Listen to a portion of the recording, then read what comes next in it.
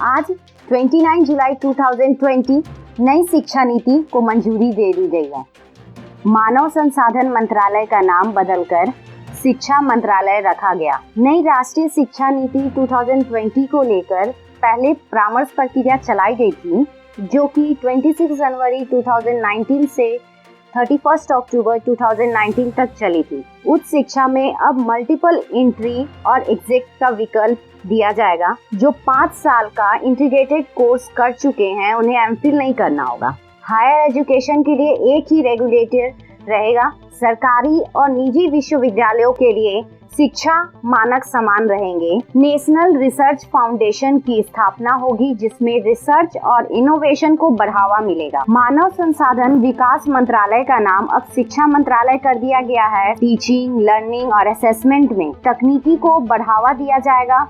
ई courses 8 प्रमुख क्षेत्रीय भाषाओं में विकसित किया जाएगा। नेशनल एजुकेशन टेक्नोलॉजी फोरम की स्थापना की जाएगी। विद्यालय शिक्षा में सुधार, अर्ली चाइल्डहुड केयर और एजुकेशन के लिए कैरिकुलम NCERT द्वारा तैयार होगा। इसमें 3 से 6 वर्ष के बच्चों के लिए विकसित किया जाएगा। बुनियादी शिक्षा 6 से 9 साल के लिए फाउंडेशनल लिटरेसी और न्यूमरेसी ऑफ नेशनल मिशन शुरू किया जाएगा। पढ़ाई की रूपरेखा 5+3+3+4 के आधार पर की जाएगी। इसमें अंतिम 4 वर्ष 9वीं से 12वीं की पढ़ाई शामिल है। पहले पढ़ाई की रूपरेखा, जो पढ़ाई का एजुकेशन जो स्ट्रक्चर था, 10+2 था। अब पढ़ाई की रूपरेखा को चेंज करके अब उसको 5+3+3+4 के आधार पर किया जाएगा। अंतिम 4 वर्ष 9वीं से 12वीं की पढ़ाई शामिल है, जिसमें नए कौशल कोडिंग को शुरू किया जाएगा। एक्स्ट्रा कैरिकुलम को मेन कैरिकुलम में शामिल किया जाएगा। गिफ्टेड चिल्ड्रेन और गर्ल चाइल्ड के लिए विशेष प्रावधान किया जाएगा। कक्षा 6 के बाद से वोकेशनल को जोड़ा जाएगा। नई नेशनल कैरिकुलम फ्रेमवर्क तैयार किया जाएगा और कैरिकुलम फ्रेमवर्क में ECE school, teachers, adult education को जोड़ा जाएगा। बोर्ड एग्जाम को भाग में बांटा गया। बच्चों के रिपोर्ट कोड में लाइफ स्किल को जोड़ा जाएगा। जो वर्ष 2030 के हर बच्चों के लिए एक निश्चित शिक्षा को सुनिश्चित किया गया। विद्यालय शिक्षा के निकलने के बाद हर बच्चों के पास अपना एक लाइफ स्किल होगा। उच्च शिक्षा संस्थानों में प्रवेश के लिए एंट्रेंस एग्जाम का प्रावधान किया गया।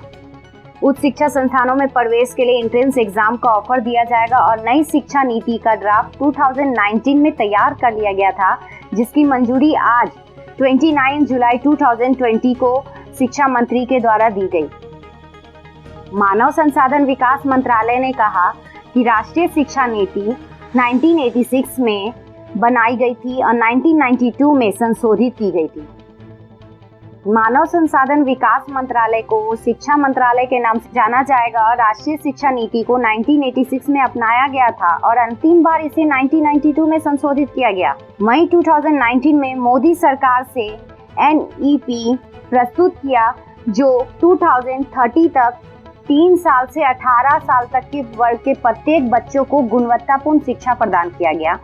मई 2019 में मोदी सरकार के द्वारा एक NEP प्रस्तुत किया गया था। उस NEP के द्वारा 2030 तक में 2030 तक में 3 से 18 साल के सभी बच्चों को, प्रत्येक बच्चों को गुणवत्तापूर्ण शिक्षा प्रदान किया जाएगा।